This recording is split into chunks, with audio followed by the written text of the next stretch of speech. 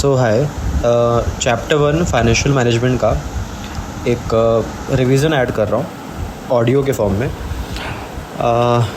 इसको और better way में रिवाइज़ करने के लिए आप सब लोग अपने पास ICI मटेरियल रखिएगा और इस ऑडियो को अपने पास सेव करके रखिएगा, सो दैट आपको फ्यूचर में भी कभी चैप्टर 1 रिवाइज़ करना है सो बहुत लिमिटेड टाइम में ये रिवाइज़ हो जाएगा।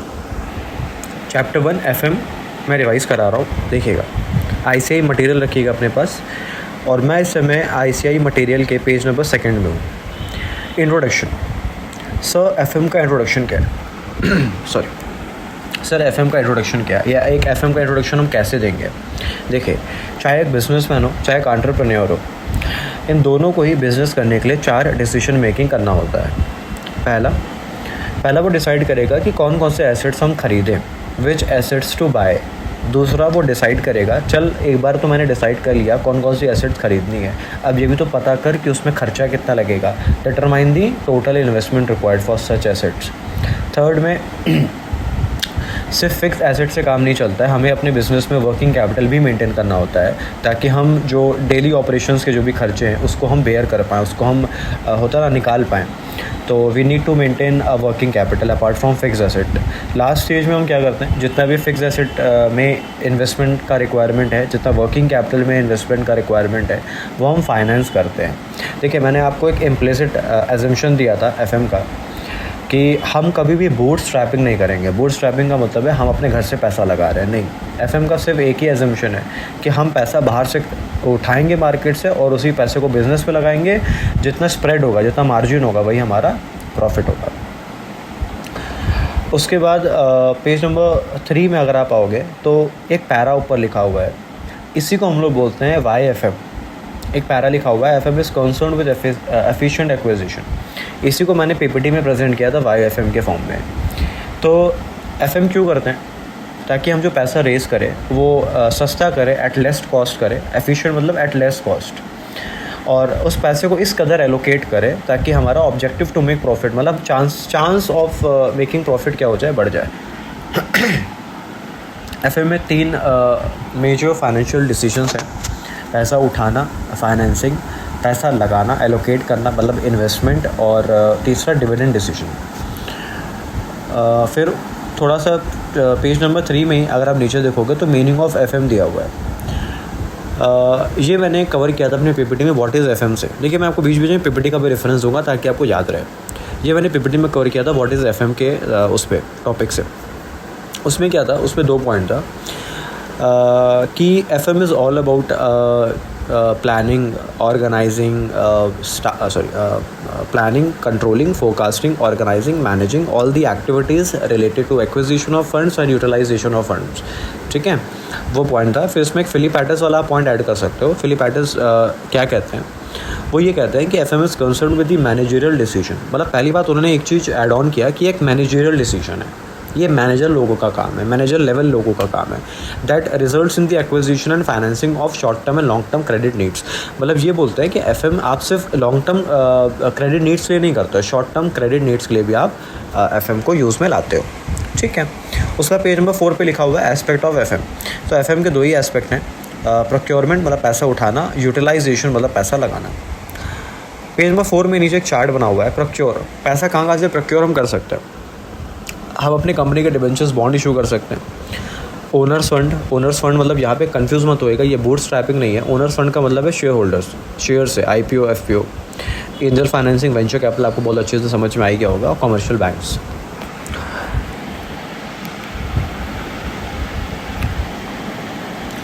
उसके बाद पेज 5 पे यही सारे डिफरेंट सोर्सेज को डिस्कस किया गया है। Equity, debentures. देखो, इक्विटी में जो मेन पॉइंट है वो बता रहा हूँ। इक्विटी में कॉस्ट ज़्यादा होती है बिकॉज ऑफ एक्सपेक्टेशन। इक्विटी में रिस्क लो होता है क्योंकि हमें कोई होता ना रीपेमेंट नहीं करना है। ठीक है, रीपेमेंट कब करना होता है? 2 केसेस में, वाइंडिंग अप के केस में और बाय बैक ऑफ शेयर्स के केस में। वो आप लॉ में पढ़ोगे, buy back of shares. Debentures में क्या था कि डिवेंचर्स में रिस्क हाई होती है because of covenants, because of एक होता है ना मैंडेटरी पेमेंट हमें करना पड़ता है। कॉस्ट लो की होती है बिकॉज ऑफ टैक्स बेनिफिट्स। हम डिवेंचर्स का जो भी इंटरेस्ट हम पे कर रहे हैं उसको as a charge against profit हम दिखा सकते हैं और उसको हम इनकम टैक्स में क्लेम कर सकते हैं। फंडिंग फ्रॉम बैंक्स, तो हमको बैंक दो तरीके से फ़ंड करता है, एक होता है फंड बेस्ड, एक होता है non fund based. Fund based में क्या है, मैं बैंक के पास गया, बैंक मुझे स्पॉन्टेनियसली कैश दे रहा है। नॉन फंड में क्या है, आप बैंक के पास जाते हो, बैंक आपको तुरंत कैश नहीं देता है, बैंक बस एक आपको एश्योरेंस दे देता है कि आप अपना काम करते रहो, कहीं फ्यूचर में कुछ फंसेगा तो हम देख लेंगे, मतलब एक एश्योरेंस देता है, उसमें आप स्पॉन्टेनियसली कैश आ नहीं रहा होता है। फंड बेस में CC, OD, term loan, working capital loan, non fund में गारंटी और लेटर ऑफ क्रेडिट। अभी फिलहाल रिवीजन पे मैं इसको रिवाइज़ नहीं करा रहा हूँ, ठीक है, इसको मैं स्किप कर रहा हूँ। पेज नंबर 7 पे आते हैं, इफेक्टिव यूटिलाइजेशन। तो फंड्स को हम कहाँ का यूज़ करते हैं, फिक्स एसेट में, वर्किंग कैपिटल में। पीपीटी के पॉइंट ऑफ व्यू से देखिएगा, दोनों में कॉमन पॉइंट क्या होता है, ऑप्टिमम। देखिए, ना फिक्स एसेट में ज़्यादा होना चाहिए, ना वर्किंग कैपिटल में ज़्यादा होना चाहिए, क्योंकि अदरवाइज कॉन्सिक्वेंसेज होने लगेंगे। एवोल्यूशन ऑफ एफएम, तो एफएम इवॉल्व कैसे हुआ, तो एफएम 3 डिफरेंट फेजेस में इवॉल्व हुआ, ट्रेडिशनल फेज़, ट्रांजिशनल फेज़ और मॉडर्न फेज़। ट्रेडिशनल फेज़ का क्या मतलब है, पहले का समय, मतलब अराउंड लेट 90s का ज़माना आप समझ सकते हो उसको। उसमें क्या होता था कि एफएम को हम तभी कंसिडर करते थे जैसे कुछ बड़े इवेंट्स में, ओकेजनल इवेंट्स में, जैसे takeovers, mergers, expansion, liquidation, ये सारी चीज़ें में। ट्रांजिशनल, नाम से क्लियर है, ट्रांजिशनल, कुछ ट्रांजिशन हो रहा है, कुछ चेंज आ रहा है, तो जो फाइनेंशियल मैनेजर्स होते थे उनकी सोच बदलने लगी और वो डे टू डे प्रॉब्लम्स में भी एफएम को यूज़ करने लग गए। मॉडर्न फेज़ तो अभी भी चल ही रहा है, खैर मॉडर्न फेज़ तो इसमें यही है कि अब तो एफएम का स्कोप बहुत ज़्यादा बढ़ गया है, अब तो हर चीज़ में एफएम का यूज़ हम लोग करते हैं, be it budgeting, be it pricing, be it evaluation, हर चीज़ में एफएम का यूज़ हम लोग करते हैं। फिर पेज नंबर 8 पे ही अगर आप फोकस करोगे तो फाइनेंस फंक्शन क्या होता है, तो उसमें एक फॉर्मूला है वैल्यू। तो value of a firm depend on a function of IFD, मतलब एक फर्म की वैल्यू सिर्फ एक डिसीजन पे डिपेंड नहीं होती है। फर्म की वैल्यू डिराइव होती है जब तीनों डिसीजन एक साथ काम करते हैं। मतलब मैं ये नहीं कह सकता रिलायंस बहुत अच्छा परफॉर्म करे just because of their investment, नहीं, हो सकता है उनकी फाइनेंसिंग अच्छी हो, और फाइनेंसिंग जो बहुत लेस कॉस्ट में वो करते हैं, और फिर वो पैसा बहुत अच्छे से वो यूज़ करते हैं, एलोकेशन ऑफ फंड्स, फिर डिविडेंड डिसीजन भी उनका अच्छा है, अगर उनको लगता है कि उनके पास अपॉर्चुनिटी है तो उस पैसे को यूज़ कर सकते हैं, मतलब वो तीनों डिसीजन क्यूमुलेटिवली अच्छे से लेते हैं। तो value of a firm depends on the function of IFD। ध्यान रखिएगा, एक होता है फाइनेंशियल मैनेजमेंट के फंक्शंस, एक होते हैं फाइनेंस फंक्शन, दोनों में डिफरेंस है। फाइनेंस फंक्शन 2 पार्ट्स में डिवाइडेड है, लॉन्ग टर्म फाइनेंस फंक्शन और short term finance function. Long term में इन्वेस्टमेंट, फाइनेंसिंग और डिविडेंड आएगा। देखो, इन्वेस्टमेंट और फाइनेंसिंग तो क्लियर है लॉन्ग टर्म में क्यों जाएगा, डिविडेंड लॉन्ग टर्म में क्यों जाता है। देखो, डिविडेंड देने से पहले हम लोग पास्ट ट्रेंड भी देखते हैं कि हमने अभी तक कितना डिविडेंड दिया है, और फ्यूचर अपॉर्चुनिटीज़ को भी देखते हैं कि हमारे पास कोई ऐसा तो नहीं कि नेक्स्ट ईयर मेरे पास कोई अच्छा प्रोजेक्ट है जिसमें मैं पैसा लगा सकता हूँ। तो दोनों चीज़ें हम लोग देखते हैं, पास्ट ट्रेंड भी देखते हैं, फ्यूचर ट्रेंड भी देखते हैं। तो इसलिए डिविडेंड डिसीजन जो है वो लॉन्ग टर्म इन नेचर होता है। शॉर्ट टर्म डिसीजंस में वर्किंग कैपिटल मैनेजमेंट आ गया। इंपॉर्टेंस ऑफ एफएम, इसमें मैंने आपको एक चीज़ बोला था, डेमोन्स्ट्रेशन वाला पॉइंट ध्यान रखिएगा। डेमोन्स्ट्रेशन के 6 पॉइंट है। ओवर इन्वेस्टमेंट नहीं करना फिक्स एसेट में, बैलेंस करके चलना है इनफ्लोज और आउटफ्लोज को, इंश्योर करना है कि मेरे बिजनेस में, मेरे धंधे में एक sufficient level of working capital maintain रहे, सेल्स टारगेट ऐसा सेट करना है जिससे हमें ग्रोथ मिले, और सारे अपने एडमिनिस्ट्रेटिव एक्सपेंसेस, जनरल एक्सपेंसेस को कंट्रोल करना है, और एक पॉइंट और क्या बच गया, टैक्स प्लानिंग करना है जिससे हमारा टैक्स क्या हो, मिनिमाइज हो। उसके बाद स्कोप ऑफ एफएम वाला पॉइंट जो ऊपर जो लिखा है उसके ऊपर छोड़ दीजिए, ऐसा जो इम्पोर्टेंट नहीं है। नीचे आते हैं फाइनेंशियल कंट्रोलर या CFO, ठीक है। ठीक है, इसमें भी कुछ खास नहीं, बस जो चार्ट है पेज नंबर 12 के ऊपर उस पर फोकस कीजिए। उसमें क्या बोल रहा है, फाइनेंशियल कंट्रोलर मतलब CFO, उसका मेन ऑब्जेक्टिव क्या है, शेयर वैल्यू मैक्सिमाइज़ करना है, मतलब वही वेल्थ मैक्सिमाइजेशन, ठीक है। तो उसके लिए वो डिसीजन लेगा, और तीनों डिसीजन क्या क्या होते हैं, फाइनेंसिंग, इन्वेस्टमेंट और डिविडेंड, और तीनों में कुछ ना कुछ रिस्क इन्वॉल्व है, कुछ ना कुछ रिटर्न्स इन्वॉल्व है, तो दोनों में क्या होना चाहिए, बैलेंस होना चाहिए। ये है ऑब्जेक्टिव ऑफ एफएम। देखिए, 2 तरीके के ऑब्जेक्टिव्स हैं, प्रॉफिट मैक्सिमाइजेशन और वेल्थ मैक्सिमाइजेशन। प्रॉफिट मैक्सिमाइजेशन की अपनी कमियां हैं। पहली बात, प्रॉफिट मैक्सिमाइजेशन और दोनों में डिफरेंस क्या है। देखो, प्रॉफिट मैक्सिमाइजेशन में क्या है कि अगर हमने सोचा कि नहीं मेरे को तो प्रॉफिट मैक्सिमाइजेशन अप्रोच रखना है, तो मेरी सोच क्या होगी ना, मेरी सोच ये होगी कि मेरे कंपनी में अनशर्न प्रॉफिट हो, अब आप सोचो अगर किसी कंपनी का ऑब्जेक्टिव यही बन गया कि मेरे को अनशन प्रॉफिट चाहिए, ठीक है, तो आपको नहीं लगता कि वो शायद अपने क्वालिटीज़ में कॉम्प्रोमाइज़ करेगा? आपको नहीं लगता है कि जो शायद वो अभी तक सोशल कॉज के लिए जो इन्वेस्टमेंट करता था वो बंद कर देगा?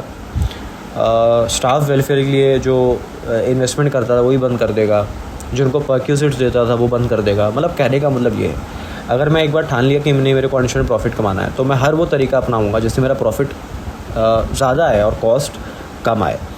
इसी वजह से प्रॉफिट मैक्सिमाइजेशन की अपनी कुछ कमियां हैं। पहला कमियां क्या है कि द टर्म इज़ वेग। देखो वेग का मतलब क्या है, अगर मैंने बोल दिया मेरे को प्रॉफिट अपना मैक्सिमाइज़ करना है, तो यहाँ पे काफ़ी वेग टर्म है, कुछ क्लैरिटी नहीं मिल रही है कि आप एब्सोल्यूट प्रॉफिट की बात कर रहे हो, रिलेटिव प्रॉफिट की बात कर रहे हो।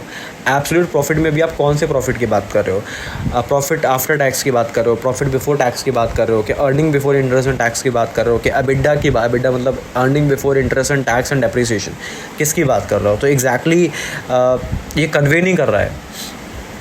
दूसरा है कि ऑब्वियसली प्रॉफिट मैक्सिमाइजेशन के पीछे बहुत बड़ा रिस्क इन्वॉल्व होता है, ठीक है, तो higher the risk higher the profit, जो एक डायलॉग है। थर्ड है कि it does not take into account the time pattern of return. देखिए जो प्रॉफिट मैक्सिमाइजेशन वाला बंदा है उसको क्विक रिटर्न चाहिए, ठीक है, तो इसलिए कभी कभी क्या होता है कि वो ऐसे प्रोजेक्ट को सेलेक्ट करता है जिसमें रिटर्न भले कम है लेकिन जो कैश इनफ्लो है वो जल्दी है। जैसे फॉर एग्जांपल मेरे पास 2 प्रोजेक्ट है, प्रोजेक्ट ए प्रोजेक्ट बी, दोनों में रिस्क मान लीजिए सेम है, लेकिन क्या है कि रिटर्न ए में जो है वो कंपैरेटिवली रिटर्न बी से कम है, बट रिटर्न जो एक में जो रिटर्न आ रहा है वो थोड़ा पहले आ रहा है। बात समझिएगा, जो रिटर्न ए मैं फिर से रिपीट कर रहा हूँ। मेरे पास 2 प्रोजेक्ट थे, इन्वेस्टेबल 2 प्रोजेक्ट थे, ए और बी, दोनों में रिस्क सेम है बट रिटर्न थोड़ा थोड़ा डिफरेंस में है, बहुत ज़्यादा डिफरेंस में नहीं है, थोड़े थोड़े डिफरेंस में। लेकिन रिटर्न ए में जो आ रहा है वो थोड़ा कंपैरेटिवली कम है, बी का रिटर्न ज़्यादा है, लेकिन बी में थोड़ा टाइम ज़्यादा लग रहा है, ए में टाइम कम लग रहा है। तो अब वैसे तो हमें बी सेलेक्ट करना चाहिए क्योंकि रिस्क जब सेम है तो बी में रिटर्न ज़्यादा मिल रहा है तो बी सेलेक्ट करना चाहिए, बट सिंस ए में टाइम कम लग रहा है तो हम ऐसे केस में ए को ही सिलेक्ट करेंगे। लास्ट है, it is too narrow. Obviously ये सोशल कंसिडरेशन को नेगलेक्ट कर देता है, जैसे मैं आपको बोला एथिकल प्रैक्टिसेस, कंज्यूमर्स के इंटरेस्ट, वर्कर्स के इंटरेस्ट, सोसाइटी के इंटरेस्ट। तो काफ़ी मायोपिक अप्रोच है, काफ़ी छोटी सोच है, ये शॉर्ट टर्म मैं कह सकता हूँ आउटलुक है। वेल्थ मैक्सिमाइजेशन इसका सीधा उल्टा है। वेल्थ मैक्सिमाइजेशन में क्या है कि जो फाइनेंस मैनेजर है वो क्या सोच रहा है कि हम प्रॉफिट कमाए या ना कमाए, लेकिन हमारी कंपनी का शेयर प्राइस, हमारी कंपनी की वैल्यू, हमारी कंपनी की ब्रांड वैल्यू, हमारी कंपनी की ब्रांड इमेज बनी रहे और इवन ग्रो करती रहे। तो ऐसे केस में ना कंपनी भले प्रॉफिट कमाए या ना कमाए, लेकिन अपने जो काम करने के तरीके हैं, अपने जो प्रोडक्ट्स हैं उसमें कोई कॉम्प्रोमाइज़ नहीं करती है। उसमें हमेशा क्वालिटी ऐड ऑन करने की कोशिश करती है, फीचर्स ऐड ऑन करने की कोशिश करती है, कस्टमर को सेटिस्फाइड रखने की कोशिश करती है, गवर्नमेंट को टाइमली टैक्सेस पे करती है, अपने वर्कर्स को हमेशा सेटिस्फाइड रखती है। तो ये सारी चीज़ें हैं। सप्लायर से भी काफ़ी अच्छे टर्म्स होते हैं। तो ऐसे केस में सिंस जो कंपनी प्रॉफिट ना भी कमा रहे हो लेकिन उसके ये सारे टर्म्स अच्छे हैं, तो ऑब्वियसली हर इन्वेस्टर ऐसे कंपनी में इन्वेस्ट करना चाहेगा। तो ऑब्वियसली इसकी ब्रांड इमेज अपने आप अच्छी हो जाएगी, इसकी मार्केट में जो शेयर प्राइस है वो अपने आप अच्छा होगा, बढ़ेगा वो। लेकिन वेल्थ का एक फॉर्मूला दिया हुआ है, प्रेजेंट वैल्यू ऑफ बेनिफिट्स माने प्रेजेंट वैल्यू ऑफ कॉस्ट। इसको मैंने क्लास में समझाया था कि हम लोग जब इन्वेस्ट करते हैं, देखो वेल्थ मतलब क्या है, टोटल एसेट माइनस लायबिलिटी। अब एसेट के अंदर क्या आता है, मेरे इन्वेस्टमेंट्स। अब मैंने आज इन्वेस्ट किया, हो सकता है मेरा जो पैसा है वो आज ना आए, 2-3 साल बाद है, तो इस वजह से हमें जो उस इन्वेस्टमेंट से जो हमें बेनिफिट्स मिलना है उसको हमको डिस्काउंट करना पड़ता है, मतलब आज के टर्म में लाना पड़ता है। तो इसलिए वो बोल रहा है present value of benefits minus present value of cost. उसके बाद वेल्थ मैक्सिमाइजेशन में क्या क्या टेक्निक्स या क्या क्या अप्रोच इन्वॉल्व है, तो cash flow approach, accounting profit नहीं आता है इसमें, कैश फ्लो अप्रोच आता है। तो अकाउंटिंग प्रॉफिट में क्या बहुत सारे नॉन कैश आइटम्स आ जाते हैं। हम जब अकाउंट्स में प्रॉफिट निकालते हैं, प्रॉफिट और लॉस, तो उसमें बहुत सारे नॉन कैश एक्सपेंडिचर जोड़ देते हैं, जैसे depreciation, provision for doubtful debts, amortisation, ये सारी चीज़ें जोड़ देते हैं। बट एक्चुअली कोई कैश आउटफ्लो हो नहीं रहा है बिजनेस से, कोई कैश मेरे दुकान से या मेरे बिजनेस से जा नहीं रहा है। लेकिन एफएम में क्या है, एफएम में जितना कैश आ रहा है, जितना कैश जा रहा है, सिर्फ उसी के बेसिस पे डिसीजन मेकिंग होता है। मतलब नॉन कैश एक्सपेंस के बेसिस पर डिसीजन मेकिंग नहीं होता है। दूसरा कॉस्ट बेनिफिट एनालिसिस, और लास्ट में application of time value of money. Firm की वैल्यू कैसे निकाल सकते हैं? 2 अप्रोच है। पहला उसके number of shares into market price of shares plus दूसरा अप्रोच क्या है, value of equity plus value of debt. इन दोनों को ऐड ऑन कर देंगे। ठीक है, बाकी आप रीड कर लीजिएगा, कुछ खास है नहीं इसमें इस पेज में। फिर मैं सीधे चल रहा हूँ डिफरेंस पे। ठीक है, पेज नंबर 17 पे आते हैं। डिफरेंस क्या है? देखो, प्रॉफिट मैक्सिमाइजेशन का ऑब्जेक्टिव क्या है कि हमें अनशर्न प्रॉफिट चाहिए, लार्ज अमाउंट ऑफ प्रॉफिट चाहिए। लेकिन इसका एडवांटेज क्या है? तो प्रॉफिट कैलकुलेट करना ईजी है और एक लिंक समझ में आ जाता है कि हम अगर प्रॉफिट कमा रहे हैं तो क्यों कमा रहे हैं। जैसे मेरी बात समझना आप, जैसे अगर हर्षद मेहता वाला एग्जाम्पल याद होगा, तो वो पैसा कैसे बना रहा था? सिर्फ वो फंडिंग के बेस पे। लेकिन आज रिलायंस का शेयर प्राइस हाई पे चल रहा है, एवर हाईएस्ट पे चल रहा है। तो ऐसे केस में उसको ट्रेस कर पाना मुश्किल है कि रिलायंस का शेयर प्राइस क्यों इतना आगे चल रहा है, क्योंकि हो सकता है उसमें तीनों डिसीजन इन्वॉल्व हों, इन्वेस्टमेंट, फाइनेंसिंग और डिविडेंड। तो आप पता नहीं कर सकते कौन से डिसीजन की वजह से शेयर प्राइस मूव करता है। बट प्रॉफिट मैक्सिमाइजेशन में क्या है, आज जैसे मैं मान लीजिए मेरी किराने की दुकान है, मैंने कसम खा ली मुझे प्रॉफिट बढ़ाना है अपना। अब प्रॉफिट बढ़ाने के लिए मैं क्या करूँगा? डिविडेंड बंद कर दूँगा, ठीक है, डिविडेंड देना बंद कर दूँगा, और जो इन्वेस्टमेंट करूँगा वो रिस्की इन्वेस्टमेंट करूँगा जहाँ से अनशर्न प्रॉफिट आए, और एक तरीके से फाइनेंसिंग भी जो करूँगा वो सस्ते से सस्ता करूँगा। तो कहने का क्या मतलब है ना, एकदम सोच बदल जाती है दोनों में। वेल्थ मैक्सिमाइजेशन में मेरा ऑब्जेक्टिव क्या होता है? Highest market value of shares, ठीक है, हाईएस्ट। इसके एडवांटेजेस क्या हैं? लॉन्ग टर्म गेन्स पे फोकस करता है, रिकॉग्नाइज करता है रिस्क को, रिकॉग्नाइज करता है टाइमिंग ऑफ रिटर्न्स को, और कंसीडर करता है शेयर होल्डर्स के रिटर्न्स को। अब मैंने एक चीज़ मिस कर दिया, डिसएडवांटेज याद है प्रॉफिट मैक्सिमाइजेशन के, सेम है जो मैंने एडवांटेज बोला उसका उल्टा है। वेल्थ मैक्सिमाइजेशन के डिसएडवांटेज क्या है? सबसे पहला, कोई क्लियर रिलेशनशिप नहीं। वही मैंने बोला ना, आज रिलायंस का शेयर प्राइस बढ़ रहा है तो कुछ पता नहीं चल रहा है किस वजह से बढ़ रहा है, and it could lead to management anxiety और फ्रस्ट्रेशन। क्योंकि मैंने बोला ना, इसमें बहुत टेक्निकल फॉर्मूला है। हम जब इन्वेस्टमेंट करते हैं तो हमें कुछ रिटर्न्स 2 साल बाद आने वाले हैं, कोई 3 साल बाद, कोई 4 साल बाद, तो उसको सबको पहले तो प्रेडिक्ट करो, फिर उसको डिस्काउंट करो, डिस्काउंट रेट भी प्रेडिक्ट करो, ठीक है। तो काफ़ी फ्रस्ट्रेटिंग काम है ये, ठीक है। अब एक पढ़ते हैं, रोल ऑफ फाइनेंस एग्जीक्यूटिव का रोल क्या होता है। तो फाइनेंशियल एनालिसिस करना, प्लानिंग करना, इन्वेस्टमेंट डिसीजन करना, फाइनेंसिंग कैपिटल स्ट्रक्चर डिसीजन करना, फाइनेंशियल रिसोर्स को मैनेज करना, और रिस्क मैनेजमेंट करना, ये सारी चीज़ें। बट CFO के काम में, CFO मतलब चीफ फाइनेंशियल ऑफिसर, इसके काम में चेंज आया है। जैसे CFO जो पहले काम करता था, काफ़ी मोनोटनस और काफ़ी नॉन टेक्निकल काम होता था, except budgeting and forecasting. But आज का जो CFO का काम है वो काफ़ी टेक्निकल है। तो पहले क्या क्या काम होते थे? जैसे अकाउंटिंग, ट्रेजरी का काम, फाइनेंशियल रिपोर्ट्स बनाना, टैक्स फाइलिंग करना, क्वार्टरली रिपोर्ट्स बनाना, अकाउंट्स पेबल, अकाउंट्स रिसीवेबल को ट्रैक करना, उनसे पैसा वसूल करना, ये सारी चीज़ें होता था। अब क्या है, अब बड़े बड़े काम होता है, जैसे pricing analysis, profitability analysis, mergers acquisitions को मैनेज करना, स्ट्रैटेजिक प्लानिंग करना, आउटसोर्सिंग का डिसीजन लेना, ये सारी चीज़ें, मतलब बड़े बड़े काम, टेक्निकल काम। फिर एक टॉपिक है फाइनेंशियल डिस्ट्रेस एंड इंसॉल्वेंसी। देखो, फाइनेंशियल डिस्ट्रेस का सिंपल सा मतलब ये है कि ये टेम्परेरी सिचुएशन है। और ये टेम्परेरी सिचुएशन क्यों आई है कि हो सकता है कि हमने बहुत ज़्यादा लोन उठा लिया मार्केट से, या हमने ढंग से अपनी कॉस्ट एस्टिमेट नहीं की है, जिस वजह से हम जिस वैल्यू पे सेल कर रहे हैं शायद उससे हमारी कॉस्ट भी रिकवर नहीं हो पा रही है। अच्छा, पहले मतलब समझते हैं। फाइनेंशियल डिस्ट्रेस का मतलब क्या है? ये टेम्परेरी सिचुएशन है जिसमें आप अपने क्या बोल सकते हो उसको, जो आपके खर्चे हैं आप उसको मीट नहीं कर पा रहे हो। जैसे आपकी EMI की डेडलाइन थी और आपने उसको मिस कर दिया, या आपका चेक बाउंस हो गया, आपके अकाउंट में पैसे ही नहीं थे। तो टेम्परेरी सिचुएशन है। मैं ये नहीं करो ये हमेशा रहती है, कभी कभी आता है। जैसे मान लीजिए साल में 2-3 महीना ऐसा रहा है कि आप अपने सैलरी नहीं दे रहे हो स्टाफ को, ठीक है, EMI आपकी मिस हो जा रही है, चेक बाउंस हो जा रहे हैं, ठीक है, तो ये टेम्परेरी सिचुएशन है। बट अगर आप इसको ठीक नहीं किए तो इंसॉल्वेंसी आ सकती है, ठीक है। ये इसके 2 ही रीज़न है, मैंने आपको पहले ही बता दिया कि ज़रूरत से ज़्यादा डेट ले लेना, और अपने होता ना कॉस्ट को आप एस्टिमेट नहीं करते हो। कॉस्ट एस्टिमेट नहीं करोगे तो मार्जिन क्या लगाओगे, और ढंग से सेल प्राइस नहीं पता कर पाओगे। तो क्या होता है ना, हैफेजली हम कुछ भी सेल प्राइस रख देते हैं, बाद में पता चलता है अरे भाई वो जो सेल प्राइस रखा वो कॉस्ट से भी कम था, ठीक है, तो उतना इनफ्लो आता ही नहीं है, तो इनफ्लो कम आएगा तो आउटफ्लो ऑब्वियसली वो मैच नहीं हो पाएगा। अब ये कोई डिसिप्लिन की बात कर रहा है, तो देखो मैं आपको सिंपली बताऊँ, ठीक है, डिसिप्लिन क्या है, देखो प्राइमरी डिसिप्लिन होता है अकाउंटिंग, और अदर डिसिप्लिन में आता है मार्केटिंग, प्रोडक्शन और क्वांटिटेटिव मेथड्स। देखो अकाउंट्स हमें डेटा बना के देता है, P&L बनाए, बैलेंस शीट बनाए, फिर उसके हिसाब से हम डिसीजन लेते हैं। जैसे अब हमको दिख रहा है मेरे पास रिजर्व में सरप्लस पड़ा हुआ है बैलेंस शीट में, तो ऑब्वियसली जो नेक्स्ट ईयर हम जो इन्वेस्टमेंट करेंगे वो हम अपने रिजर्व से कर सकते हैं, हमको ज़रूरत नहीं मार्केट से पैसा रेस करने की।